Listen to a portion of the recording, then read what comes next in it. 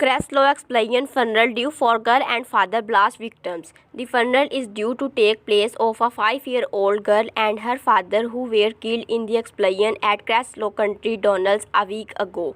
Robert Garvey, 50, and his daughter Sanua Florence Grew was among the 10 people who died. Their funeral will be the last to be held of the victims for the blast at a petrol station on 7 October.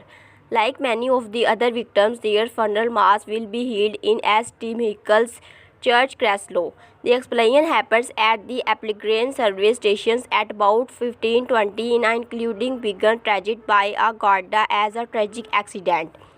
Shauna was the youngest of those killed and was their fathers at the time of the tragedy.